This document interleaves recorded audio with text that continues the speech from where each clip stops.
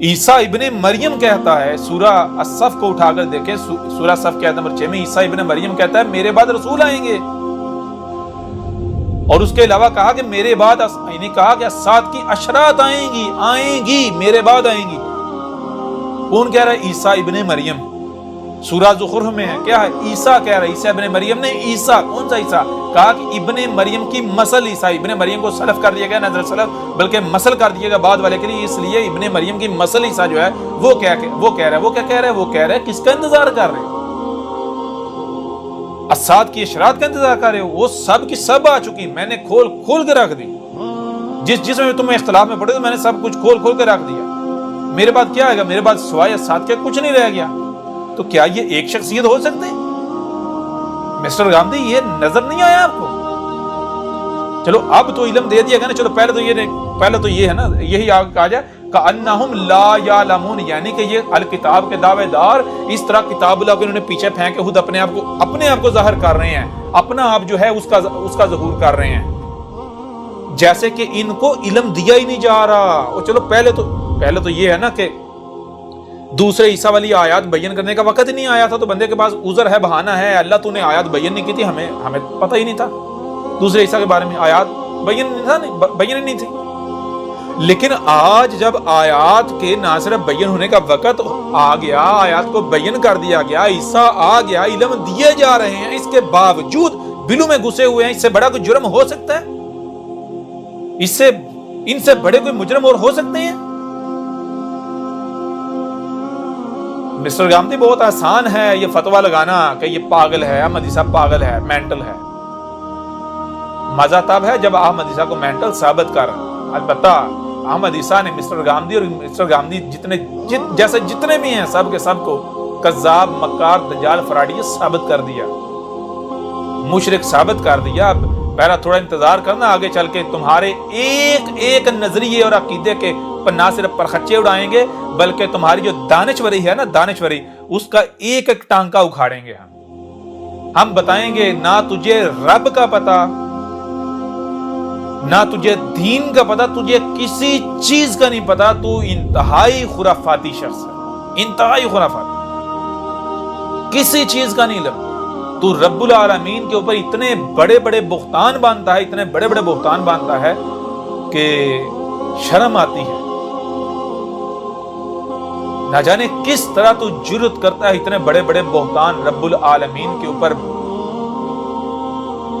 باندھتا ہے، کس طرح باندھ دیتا ہے؟ اور جو رب ہے تو اس کے ساتھ دشمنی کر رہا ہے، لوگوں پر دشمنی پر ابھار رہا ہے، اور جس کا کوئی وجود نہیں اس کو رب بنا کر بیٹھا ہوا ہے۔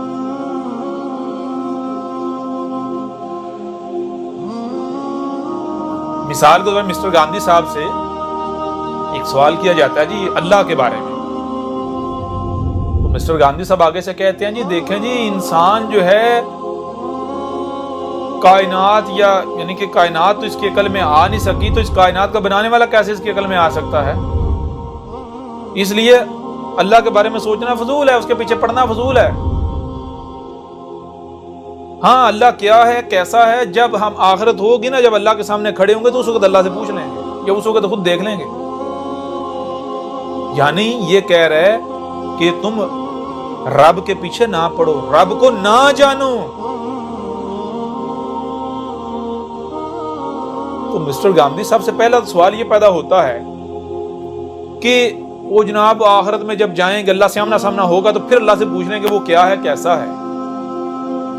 پہلے اس کا وجود تو ثابت کر دو، پہلے وجود، اس کا کوئی وجود ہی نہیں ہے۔ بعد میں اگر کوئی جو نظریہ خرافات دماغ میں گڑی ہوئی ہیں اللہ کے نام پر، اگر بعد میں کوئی سامنے آئے نا، تو کیا کرو گے؟ کیا کرو گے؟ کس سے پوچھو گے؟ اس سے وہ جب سامنے جائیں گے، آخرت ہوگی، تب اس سے پوچھ لیں گے وہ کیا ہے، کیسا ہے۔ وہ تو تب نوبت آتی ہے جب یہ ثابت ہو کہ ایسا کوئی اللہ ہے، جب اس کا کوئی وجود ہی ثابت نہیں ہو رہا، جب اس کا کوئی وجود ہے ہی نہیں، تو یہ کہنا بعد میں ہم اس سے آخرت میں جا کے پوچھ لیں گے، تو گدھے کے بچے کیوں لوگوں کو ٹرک کی بتی کے پیچھے لگا رہے ہیں؟ کہتے ہیں جی احمد عیسیٰ بڑا بدتمیز ہے. احمد عیسیٰ تمہیں 2011 سے دعوت دے رہا ہے, تمہارے اوپر حق کھول کر واضح کر رہا ہے. 2018 تک اپنا چہرہ تو دور کی بات ہے, اپنا نام تک نہیں سامنے لایا, اور اس طرح دعوت دی, اس طرح بات کی کہ جیسے والدین اپنے بچوں کو سمجھاتے ہیں. اس سے بڑھ کر پیار سے بات کی نہیں جا سکتی, طریقے سے کی نہیں جا سکتی. اس کے باوجود جن کے کانوں پر جون نہیں رینگی تو کیا ان کے لاڈ دیکھے جائیں گے؟ ان کی اہمیت کیا ہے, ان کی حیثیت کیا ہے, ان کی اوقات کیا ہے؟ اگر تمہارے ساتھ اب یہ رویہ اپنایا جا رہا ہے تو جان لو, غور کرو اس کی وجہ کیا ہے. زبان سے معاملہ ہاتھوں کی طرف جا رہا ہے. جب ابتدا ہوتی ہے پیار سے سمجھایا جاتا ہے, 1 بار 2 بار 3 بار. جب بار بار پیار سے کوئی نہیں سمجھتا تو ایک حد ہوتی ہے. ہاتھوں کو چلانے سے پہلے پھر تھوڑا غصے سے, جذبات سے سمجھایا جاتا ہے تاکہ ابھی بھی وقت ہے, باز آ جاؤ, سمجھ جاؤ. تھوڑا غصے کا اظہار کیا جاتا ہے. اگر پھر بھی کسی کو سمجھ نہیں آتا تو پھر ڈنڈا اٹھا لیا جاتا ہے.